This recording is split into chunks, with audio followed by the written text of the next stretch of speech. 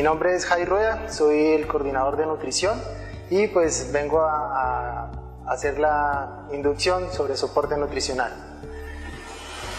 Bueno, empezamos con el soporte nutricional, que es indispensable y es la única alternativa terapéutica que tenemos para con los pacientes que tienen dificultades en su alimentación y no logran cubrir su requerimiento nutricional. ¿Cómo se ofrece? El soporte nutricional se ofrece desde ofrecer el confort en el paciente para que pueda recibir una alimentación apropiada, ¿sí? Desde alimentar al paciente, ¿sí?, a calentarle los alimentos a la temperatura que a él le gusta, sazonarlos de la forma particular que ellos prefieren, ofrecer alimentos favoritos o los gustos particulares que tiene el paciente, alentarlos a que coman, así sean en porciones pequeñas, varias veces o fraccionados durante el día o su tiempo de comida, ¿sí? Y no programar cuidados o atenciones o algunas otras actividades en conjunto con los tiempos de comida, para que el paciente tenga la comodidad y la tranquilidad de poder recibir sus alimentos, ¿sí? Ayudarlos a comer también es indispensable. A veces ellos se ven como que no reciben los alimentos, pero es porque les hace falta ese apoyo, esa ayuda para que puedan consumir o ingerir su alimentación. Iniciamos con la indicación del soporte nutricional. El soporte nutricional se debe indicar cuando el paciente no puede, no debe o no requiere alimentarse de una forma tradicional y que el intestino, el tracto gastrointestinal esté funcionando, ¿sí? Eso quiere decir que necesitamos apoyar a ese paciente cuando tiene sus dificultades, y ahí es cuando se interviene y se le ofrece un soporte nutricional. El soporte nutricional está indicado ya sea por una vía oral, una vía enteral que se puede acceder por sondas, y una nutrición parenteral que es por vena y que pues no es el momento de explicar el soporte parenteral. Vamos a explicar las vías más tradicionales.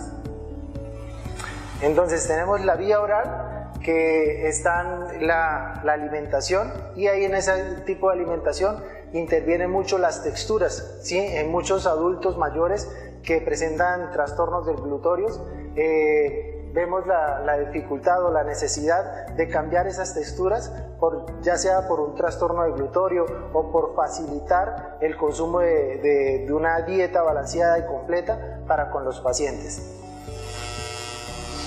¿Me regalas? Entonces ahí ofrecemos las dietas terapéuticas, dependiendo de las complicaciones o las comorbilidades que presente el paciente. Se ajustan los requerimientos y las necesidades según las comorbilidades y las necesidades que ellos presenten, ¿sí? Y incluimos los complementos nutricionales, ¿sí? Son esos complementos o esas cositas extras que le podemos ofrecer al paciente, ¿sí? Que no reemplazan una dieta normal, pero me van a ayudar a cumplir el objetivo de cubrir los requerimientos del paciente y evitar que se deterioren o que presenten alguna complicación mayor. Con las sondas tenemos la sonda nasogástrica, ¿sí? Que se accede obviamente desde la nariz y va hasta el estómago, a la cavidad gástrica. ¿Sí? La orogástrica, ya sea porque no se pudo acceder nasogástricamente o se tiene alguna contraindicación para pasar esta sonda por la nariz. Y la transpilórica, que puede ser orogástrica o nasogástrica, pero no llegan al estómago, sino llegan a una porción más distal de la vía digestiva. Y las ostomías, que pueden ser una gastrostomía o una yeyunostomía, que son opciones, digamos, a largo plazo, ¿sí? Las sondas nasogástricas y orogástricas pueden ser transitorias, dependiendo de las complicaciones del paciente o algún evento que presente el paciente. Se considera las opciones transitorias, o las para un tiempo más prolongado serían las ostomías. La sonda nasogástrica, como se visualiza en la imagen, se accede desde la nariz y tiene que pasar por detrás de la tráquea al esófago hasta llegar al estómago, ¿sí? Y es indispensable reconocer la vía por donde pasa esta sonda para que tengamos claridad de lo que se está administrando, ¿sí? y que es una vía segura para ofrecer el soporte nutricional, ¿sí? Entonces muchas veces vemos digamos la inquietud, la incertidumbre de los familiares o del mismo paciente, que piensan que porque la sonda se pasa por nariz va a los pulmones, ¿sí? Entonces tener la claridad que si se hace un buen procedimiento, la sonda queda en cavidad gástrica y se puede ofrecer el soporte nutricional de una forma segura. Y esta es una de las formas que se puede fijar la sonda nasogástrica. Es importante tener presente esa fijación, tanto la indicación de la sonda nasogástrica en el punto donde queda fijada, y la fijación, que esa fijación se debe reemplazar frecuentemente para vigilar los signos de ulceración o de laceración que pueda presentar el ala nasal, y también para identificar la calidad de esa sonda, si es necesario reemplazarla o si está en adecuadas condiciones o permeable. Estos son una gráfica de una gastrostomía, ¿sí? Eso es una sonda nasogástrica y podemos visualizar, no es muy claro, pero en la parte de abajo se observa el balón que se insufla, que es lo que me apoya la sonda del interior hacia el exterior. Y tenemos el botón, que es la pared, es el botón que va a la pared abdominal y no permite que esa sonda se movilice.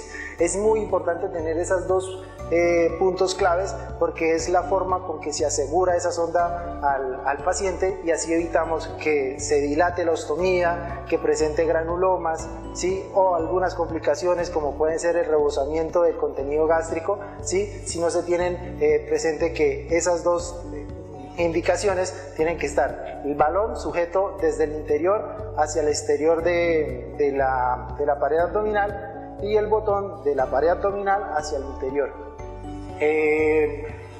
Esta es una gráfica de una sonda de gastrostomía que puede ser la misma para una yeyunostomía, la única diferencia es la ubicación de esa punta, ¿sí? Entonces la gastrostomía, como su nombre lo dice, llega a la cavidad gástrica, y la yeyunostomía llega al yeyuno, es una porción más distal del tracto gastrointestinal. Entonces podemos identificar que la punta de la sonda tiene dos colores, una que es de color morado, una recta y una en diagonal, que se supone que la recta es para administrar la nutrición o la alimentación del paciente, y la que es en diagonal para suministrar los medicamentos, ¿sí? Sin embargo, tenemos que tener presente que no se pueden hacer las dos cosas al tiempo, ¿sí? Se debe administrar la nutrición o la alimentación por esa vía, pero en un momento aparte que en el mismo momento de la medicación, ¿sí? Se tiene que garantizar sus tiempos para cada una de las dos.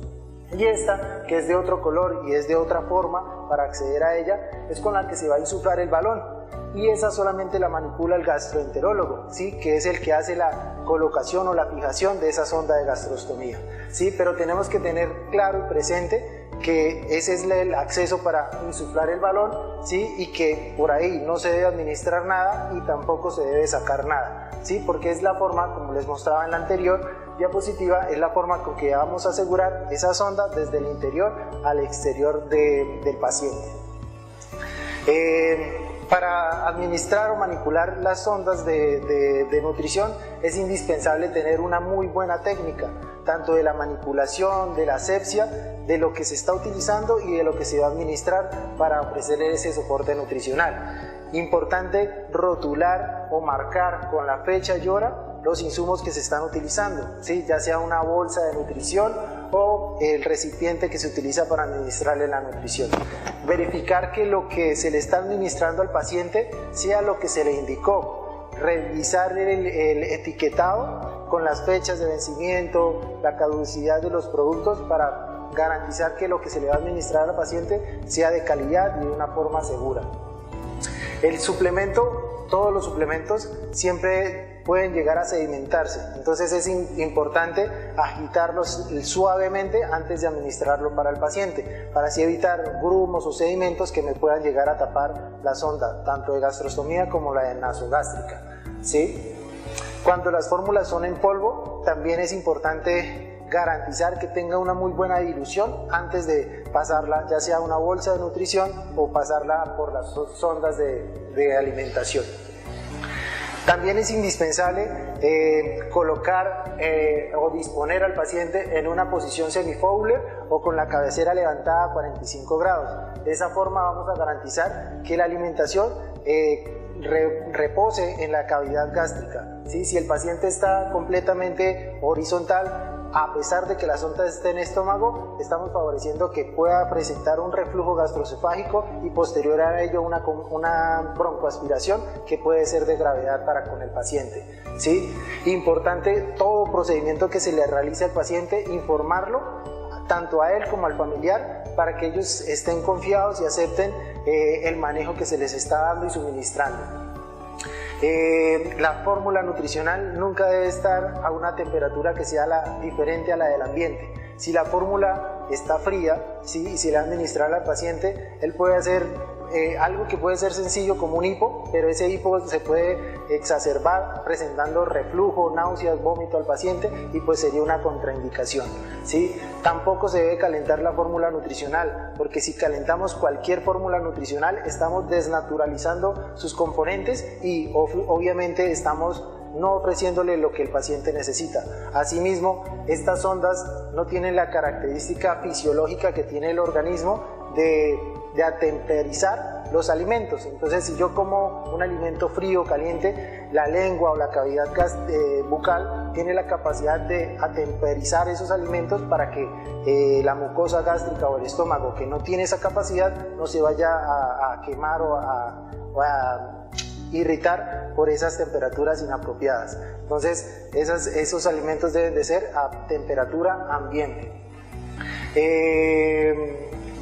Para administrar esa alimentación, ya sea una sonda de gastrostomía o una sonda nasogástrica, lo primero que hacemos es acceder a la punta distal, donde están los conectores, ¿sí? A pesar de que esté limpio, se debe hacer una técnica de asepsia, ¿sí? Limpiarla antes de administrar conectar esos dispositivos para administrar la nutrición, ¿sí?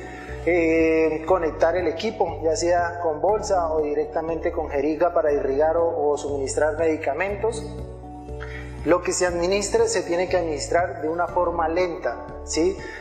Digamos, la intención del soporte nutricional es asemejar una alimentación fisiológica, pero obviamente es completamente artificial. Entonces, cuando le administramos una sopa al paciente, va cucharada por cucharada. Entonces, si le administramos, no sé, 200 cc, que puede ser el volumen o la dosis de un suplemento nutricional en un solo momento al paciente, pues obviamente el estómago se va a resentir y puede presentar alguna exacerbación de la sintomatología normal, que puede ser cólicos, náuseas, vómito. ¿Por qué? Porque se hizo una técnica inapropiada, ¿sí? Graduar, si se administra la nutrición por una bolsa de NutriFlow, se tiene que graduar ese goteo para que sea con la indicación terapéutica para con el paciente. Regularmente se debe administrar entre 30 a 45 minutos, como hay casos de los pacientes que son mucho más sensibles y si hay que prolongar esa administración de la nutrición a 1 hora, incluso hasta 2 horas de administración. Algo así es un ejemplo de cómo se administra esa nutrición.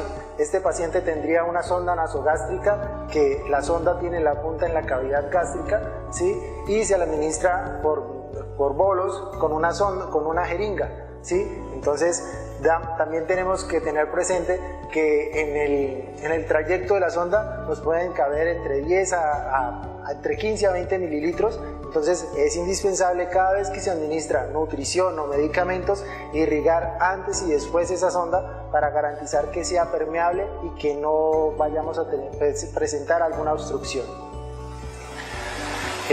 La irrigación, lo que les mencionaba, entonces si el paciente tiene una infusión continua, es necesario ofrecer esa irrigación, porque la nutrición o el suplemento nutricional puede llegar a sedimentarse y así favorecer que la sonda se obstruya. Entonces se debe irrigar con mínimo 30 cc entre 4 a 6 horas. Y los pacientes que tienen administración intermitente o como unos tiempos de comida normales, se debe irrigar antes y después de suministrar la alimentación, como los medicamentos, ¿sí? Y los medicamentos que ya les mencionaba. Y listo, muchas gracias.